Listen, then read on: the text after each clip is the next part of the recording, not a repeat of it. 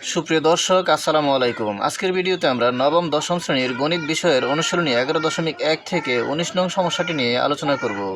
এখানে দেওয়া আছে, যদি Lx সমান My সমান Nz হয় তবে দেখাও যে x² / yz + y² / zx + z² / xy সমান mn/l² + nl/m² + lm/n²।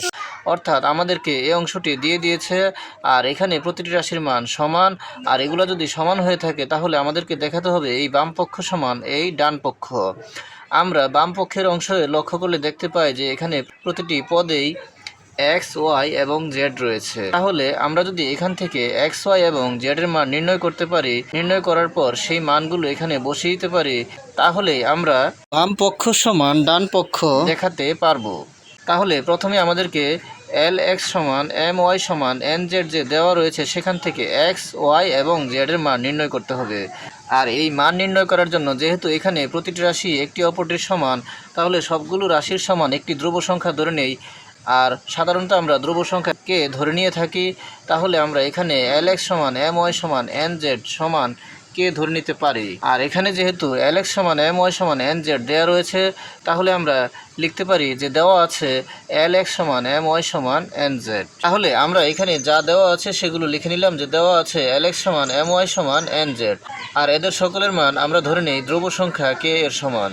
সুতরাং আমরা লিখতে পারি, ধরি Lx সমান My সমান Nz সমান k। তাহলে আমরা লিখে নিলাম যে ধরি Lx সমান My সমান Nz সমান k। তাহলে এখানে প্রতিটি রাশি k এর সমান। সুতরাং আমরা লিখতে পারি Lx সমান k। যদি Lx সমান k হয়, তাহলে আমরা যদি এখান থেকে x এর মান নির্ণয় করতে চাই, তাহলে x সমান হবে বা x সমান k/l।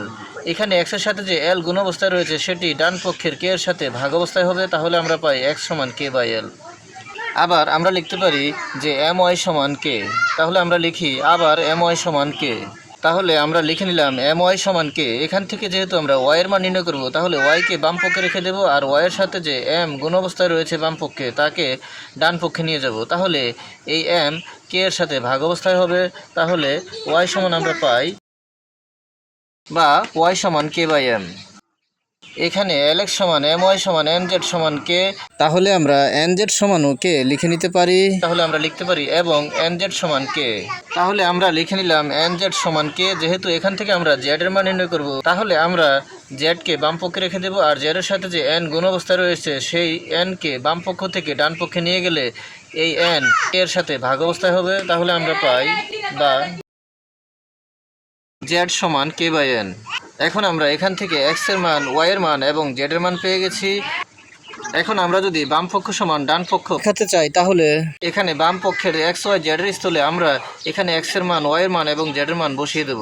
এখন বাম পক্ষ সমান ডান পক্ষ প্রমাণ করার জন্য আমরা লিখে নিলাম বাম পক্ষ সমান x² / yz + y² / zx + z² / xy। এখানে বাম পক্ষের অংশে যা দেওয়া ছিল সেটি আমরা এখানে উঠিয়ে নিলাম। এখন আমরা x এর স্থলে x এর মান এবং y এর স্থলে y এর মান এবং z এর স্থলে z এর মান বসিয়ে দেব। এখন আমরা বসিয়ে দিলাম, যেখানে x রয়েছে সেখানে k/l, যেখানে y রয়েছে সেখানে k/m এবং যেখানে z রয়েছে সেখানে k/n। যেহেতু এখানে x ছিল তাহলে এখানে বসবে k/l, আর x এর উপরে স্কোয়ার ছিল তাহলে হোল স্কোয়ার, অর্থাৎ k/l হোল স্কোয়ার। আর এখানে y ছিল, y এর মান k/m, তাহলে এখানে y এর স্থলে k/m ইন্টু z এর মান, z এর মান হচ্ছে k/n into k/n plus y², y এর স্থলে বসবে k/m, যেহেতু y এর উপর একটি স্কোয়ার রয়েছে তাহলে হবে k/m হোল স্কোয়ার। আর হরে রয়েছে z, z এর স্থলে বসবে k/n, তাহলে এখানে বসবে k/n। আর ইন্টু x, x সমান হচ্ছে k/l, তাহলে এখানে ইন্টু k/l। তারপরে প্লাস এখানে z রয়েছে, আর z এর স্থলে বসবে k/n, অর্থাৎ z এর মান k/n। আর হরে x রয়েছে, আর x এর মান k/l, তাহলে এখানে বসবে k/l ইন্টু y, y এর মান k/m ইন্টু k/m। এখন আমরা মানগুলো বসিয়ে দিলাম। এখন আমরা হিসাব করে নেব। এখানে যেহেতু k/l হোল স্কোয়ার, অর্থাৎ k এর সাথে স্কোয়ার হবে এবং l এর সাথে স্কোয়ার হবে, তাহলে আমরা এখানে পাই k² / l²। আর হরের অংশে লবের সাথে লব গুণ এবং হরের সাথে হর গুণ, তাহলে কে এর সাথে কে গুণ, এম এর সাথে এন গুণ, তাহলে হবে K square by M N. তারপর প্লাস, তারপর এখানে রয়েছে কে বাই এম হোল স্কোয়ার, তাহলে এখান থেকে আমরা পাই K square by M square, অর্থাৎ স্কোয়ারটি লবের সাথেও হবে হরের সাথেও হবে। তাহলে আমরা পাই এখানে K square by M square. আর হরে আবারও লবের সাথে লব গুণ হরের সাথে হর গুণ, তাহলে এখান থেকে পাই K square by N L, এনের সাথে এল গুণ করলে এন এল। তারপর প্লাস এখানে আবারও K by N whole square, অর্থাৎ কে এর সাথে স্কোয়ার এনের সাথে, তাহলে হবে K square by N square, K square by N square. আর হরে আবার লবের সাথে লব গুণ হরের সাথে হর গুণ, তাহলে হবে K square by L M. এখান থেকে আমরা পাই K square by L M. এখানে এই অংশটি হচ্ছে আমাদের লব আর এই অংশটি হচ্ছে হর। এখানে লবেও লব হর রয়েছে এবং হরেও লব হর রয়েছে। লবের অংশটির সাথে হরের অংশটি ভাগ অবস্থায় রয়েছে। আমরা এটিকে কাজ শেষ করার জন্য গুণ দিয়ে বসাবো, তাহলে হবে K square by L square into, যখন আমরা গুণ দিয়ে বসাবো তখন এই লবের কে স্কোয়ার হয়ে যাবে হর এবং হরের এম এন হয়ে যাবে লব। তাহলে আমরা পাই K square by L square into, এখানে হর আর লব উল্টে যাবে, এম এন চলে যাবে উপরে এবং কে স্কোয়ার চলে যাবে নিচে। তাহলে আমরা পাই M N by K square. তারপর প্লাস একইভাবে সবগুলো, এখানে লব K square by M square, তাহলে এখানে হবে K square by M square into, এখানেও আবার লব হর উল্টে যাবে, এখানে এন এল চলে যাবে উপরে এন এল আর কে স্কোয়ার চলে যাবে নিচে, তাহলে বাই কে স্কোয়ার প্লাস, আর এখানেও K square by N square, K square by N square into, এখানে এল এম চলে যাবে উপরে এবং কে স্কোয়ার চলে যাবে নিচে, তাহলে হবে L M by K square. এখন এখানে K square by L square সাথে M N by K square গুণ অবস্থায় রয়েছে, লব হরে মিলে গেলে কেটে দেওয়া যাবে, আর না হয় গুণ করে দিতে হবে।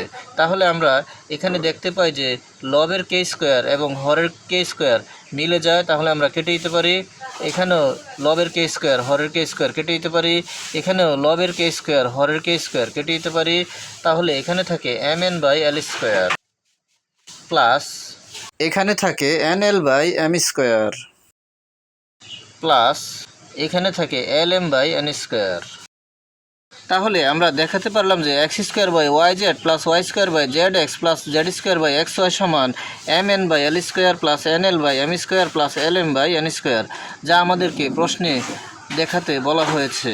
সুতরাং আমরা দেখাতে পারলাম যে বাম পক্ষ সমান ডান পক্ষ।